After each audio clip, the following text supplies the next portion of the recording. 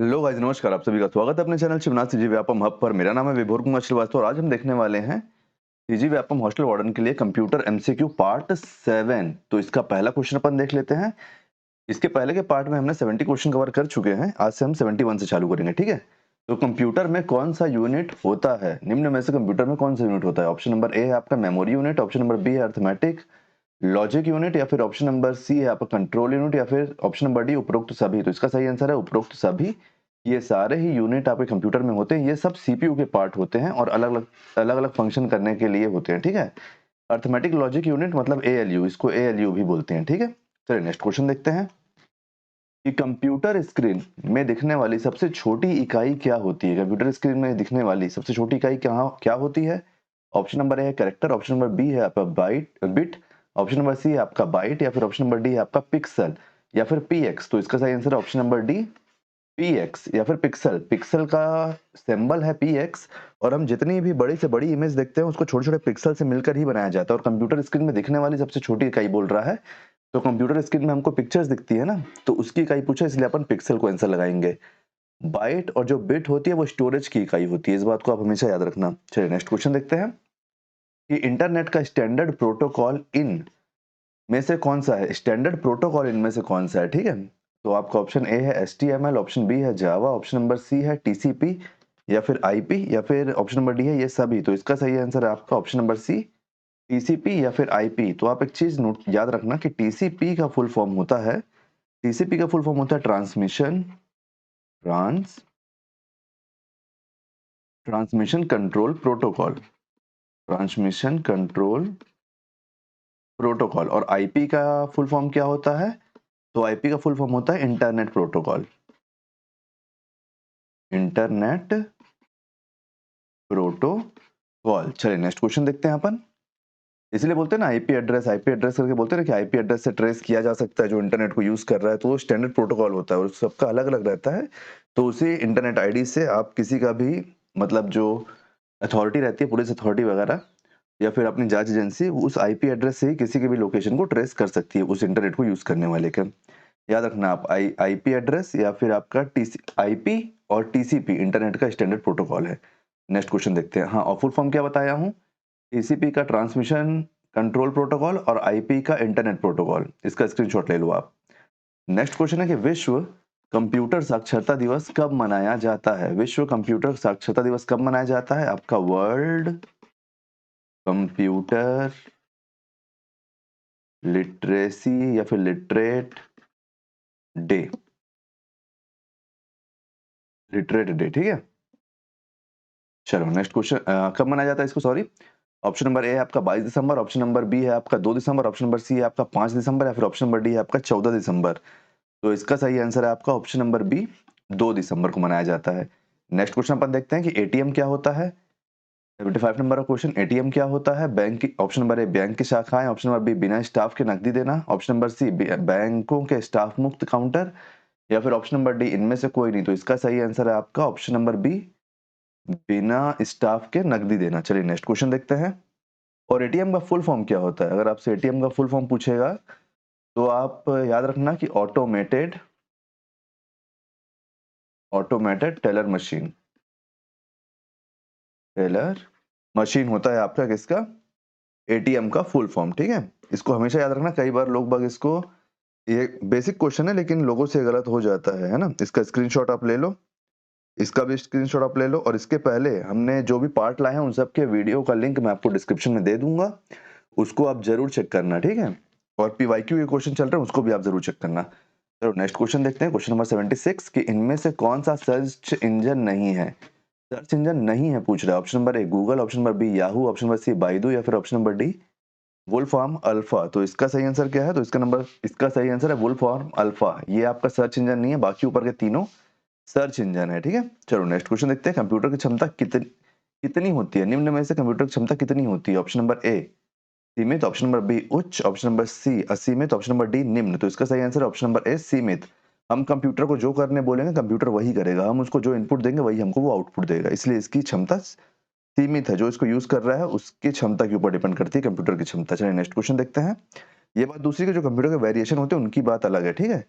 लेकिन हर वेरिएशन के साथ किसी ना किसी को काम करना पड़ेगा ना, तो जो हम उसको इनपुट देंगे वही हमको वो आउटपुट देगा। वो अपने मन से हमको आउटपुट नहीं दे सकता, इसलिए उसकी क्षमता सीमित है। नेक्स्ट क्वेश्चन है 78 नंबर का कि ORG का संबंध इनमें से किस क्षेत्र के साथ है?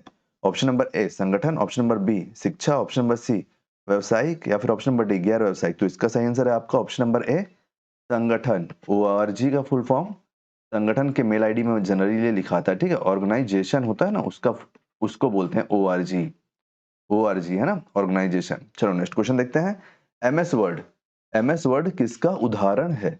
Option number A application software, option number B operating system, option number C compiler, option number D running program. तो इसका सही आंसर है आपका एप्लीकेशन सॉफ्टवेयर। MS वर्ल्ड का एक पार्ट है, MS वर्ड है ना, माइक्रोसॉफ्ट वर्ड जिसको अपन बोलते हैं, माइक्रोसॉफ्ट वर्ल्ड का एक पार्ट है MS वर्ड। इसको यूज किया जाता है कई अलग अलग चीजों को बनाने के लिए। जनरली हम जब बचपन में यूज करते थे, अपन पहला वर्ड ही से चालू किए थे सीखना कंप्यूटर को। आप सभी भी चालू किए होंगे, आप लोग देखे भी होंगे। चलो नेक्स्ट क्वेश्चन देखते हैं। तो MS वर्ड क्या है? तो MS वर्ड एप्लीकेशन सॉफ्टवेयर है। नेक्स्ट क्वेश्चन है कि कंप्यूटर को दिए गए निर्देशों और इंस्ट्रक्शन के समूह को क्या कहते हैं? जो सेट ऑफ इंस्ट्रक्शन रहते हैं, जो सेट ऑफ इंस्ट्रक्शंस रहते हैं जो हम कंप्यूटर को देते हैं, उसको क्या कहते हैं यहाँ पे पूछा जा रहा है। ऑप्शन नंबर ए है प्रोग्राम, ऑप्शन नंबर बी है नेटवर्क, ऑप्शन नंबर सी है डेटा, या फिर ऑप्शन नंबर डी है डेटाबेस। तो इसका सही आंसर है ऑप्शन नंबर ए प्रोग्राम। तभी बोलते हैं ना प्रोग्रामिंग की गई है, ऐसी प्रोग्रामिंग की गई है तो ये ऐसा काम करेगा। तो जो सेट ऑफ इंस्ट्रक्शन होते हैं या फिर निर्देशों के समूह होते हैं, उनको प्रोग्राम कहा जाता है। चलिए नेक्स्ट क्वेश्चन देखते हैं। MS ऑफिस मतलब माइक्रोसॉफ्ट ऑफिस 2000, ये भी आपका माइक्रोसॉफ्ट वर्ल्ड का पार्ट है ना। माइक्रोसॉफ्ट वर्ल्ड MS वर्ल्ड का पार्ट है। MS ऑफिस 2000 को इनमें से कौन सी कंपनी ने तैयार किया है? ऑप्शन नंबर ए है आपका नावेल, ऑप्शन नंबर बी है कोरेल, ऑप्शन नंबर सी है लोटस, या फिर ऑप्शन नंबर डी है माइक्रोसॉफ्ट। तो इसको मैं आपको बता चुका हूँ कि इसका सही आंसर है option number D Microsoft. MS है तो माइक्रोसॉफ्ट ऑफिस 2000, ये किसका पार्ट है? तो MS वर्ल्ड, माइक्रोसॉफ्ट वर्ल्ड का। चलिए नेक्स्ट क्वेश्चन अपन देखते हैं कि पर्सनल कंप्यूटर पर सबसे पहले पुस्तक किसने लिखी? कि निम्न में से किसने सबसे पहले पर्सनल कंप्यूटर पर पुस्तक लिखी है?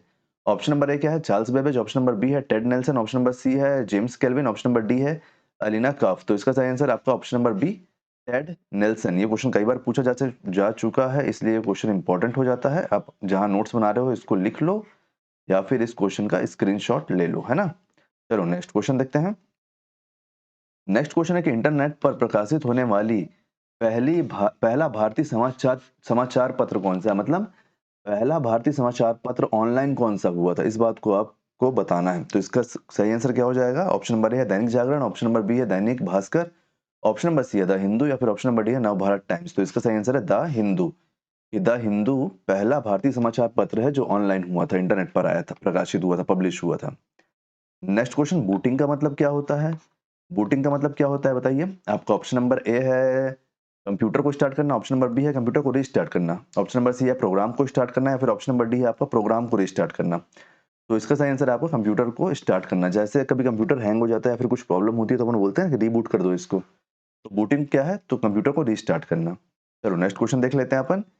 ईमेल के जन्मदाता निम्न इनमें से कौन है? इनमें से किन है ईमेल का जन्मदाता माना जाता है? ऑप्शन नंबर ए है आपका रे टॉमलिसन, ऑप्शन नंबर बी है आपका Bill Gates, option number C है आपका Lincoln Gettysburg, option number D है आपका चार्ल्स बेबेज। तो इसका सही आंसर है आपका ऑप्शन नंबर ए रे टॉमलिंसन। चलिए नेक्स्ट क्वेश्चन अपन देखते हैं। रे टॉमलिंसन कौन है? ईमेल के जन्मदाता है। हमारा 86 नंबर का क्वेश्चन, कौन सा कंप्यूटर एक सेकंड में शतरंज की 20 करोड़ चाल सोच सकता है? कौन सा कंप्यूटर, निम्न में से कौन सा कंप्यूटर एक सेकंड में शतरंज की 20 करोड़ चाल चल सकता है, सोच सकता है, चल नहीं सकता है, सोच सकता है, ठीक है। कि इनमें से कौन सी चाल चलना है? ऑप्शन नंबर ए है आपका deep blue computer, option number B है आपका super computer, option number C है आपका micro computer, option number D है इसका मिनी कंप्यूटर। तो अगर आपको लग रहा है कि सुपर कंप्यूटर, तो वो आंसर आपका गलत है। इसका सही आंसर है आपका डीप ब्लू कंप्यूटर, जिसे हम चेस कंप्यूटर के नाम से भी जानते हैं। किस नाम से? एक मिनट, एक मिनट। जिसे हम चेस कंप्यूटर के नाम से भी जानते हैं, चेस कंप्यूटर भी कहा जाता है इसे। और ये कब बनाया गया? तो ये बनाया गया था 1985 में, 1985 में। चलिए अपन नेक्स्ट क्वेश्चन देख लेते हैं। नेक्स्ट क्वेश्चन क्या है? सीडी, सीडी से आप इनमें से क्या कर सकते हैं, इनमें से निम्न में से कौन सा कार्य आप सीडी से कर सकते हैं? ऑप्शन नंबर ए है पढ़, ऑप्शन नंबर बी है आपका लिख, ऑप्शन नंबर सी है आपका पढ़ और लिख दोनों, या फिर ऑप्शन नंबर डी है आपका या तो पढ़ या तो लिख। तो इसका सही आंसर आपका ऑप्शन नंबर सी, कि आप उसमें लिख भी सकते हैं और पढ़ भी सकते हैं। इसीलिए अपन सीडी राइट करने के लिए देते हैं ना, जब सीडी का ज्यादा प्रचलन था कि आप सीडी को राइट कर दीजिए। तो सीडी को अपन राइट भी कर सकते हैं और रीड भी कर सकते हैं, क्योंकि जो चीज राइट होगी वो तो रीड भी होगी ना। चलो अपन नेक्स्ट क्वेश्चन देखते हैं हम, कि नोटपैड का एक्सटेंशन क्या है? सॉरी, नोटपैड का एक्सटेंशन क्या है? तो क्वेश्चन नंबर है 88, नोटपैड का एक्सटेंशन क्या है? कि जब नोटपैड हमको अपना आउटपुट देगा तो उसमें लास्ट में ऐसे लिख के आता है ना, पॉइंट करके लिखा रहेगा। तो नोटपैड का क्या है? तो नोटपैड का .txt। तो देखो हमारा ऑप्शन नंबर ए पहला ही है, ये ऑप्शन नंबर ए ही हमारा सही आंसर हो जाएगा कि नोटपैड का एक्सटेंशन क्या है? तो .txt। आपका ऑप्शन क्या क्या था? देखो ऑप्शन नंबर ए था आपका .txt, ऑप्शन नंबर बी था आपका .docs, ऑप्शन नंबर सी था आपका .pdf, या फिर ऑप्शन नंबर डी था आपका .ppt। तो .ppt आपका प्रेजेंटेशन में यूज होता है, पीडीएफ तो आप समझ ही गए कि पीडीएफ बनाने के टाइम यूज होता है आउटपुट में, है ना। डॉक्स होता है आपका डॉक्यूमेंट के लिए। चलिए नेक्स्ट क्वेश्चन देखते हैं। तो नोटपैड का क्या एक्सटेंशन क्या है? तो .txt है नोटपैड का एक्सटेंशन। नेक्स्ट क्वेश्चन है कि सबसे अधिक तेज गति का प्रिंटर इनमें से कौन सा है? इनमें से कौन सा प्रिंटर सबसे तेज चलता है? ऑप्शन नंबर ए है jet printer, option number B है laser printer, option number C है थर्मल प्रिंटर, या फिर ऑप्शन नंबर डी है डॉट प्रिंटर। तो इसका सही आंसर है आपका option number B, laser printer. Laser printer सबसे तेज होता है। चलो नेक्स्ट क्वेश्चन देखते हैं, जो हमारा आखिरी क्वेश्चन रहेगा आज का। नियमों का एक सेट इनमें से क्या है? नियमों मतलब रूल्स का एक सेट इनमें से क्या है?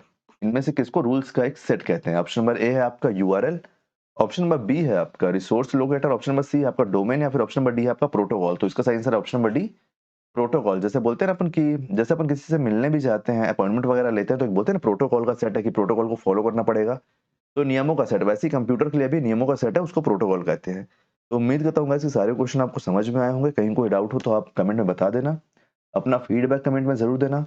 मैथ्स का पीवाईक्यू चल रहा है, रीजनिंग का पीवाईक्यू चल रहा है, सीजी व्यापम के मैथ्स के पीवाईक्यू चल रहे हैं आपका टॉपिक वाइज। सीजी व्यापम का आपका रीजनिंग का पीवाईक्यू चल रहा है टॉपिक वाइज, आपका सीजी जीके का पीवाईक्यू चल रहा है टॉपिक वाइज, और कंप्यूटर तो चल ही रहा है। तो इन सारे प्लेलिस्ट का लिंक मैं आपको डिस्क्रिप्शन में दे दूंगा, उसको जरूर चेक कीजिएगा। अगर वीडियो पसंद आया हो तो वीडियो को लाइक कीजिए, वीडियो को शेयर कीजिए। आने वाले वीडियो के लिए चैनल बने रहिए, चैनल को सब्सक्राइब कीजिए। Thank you.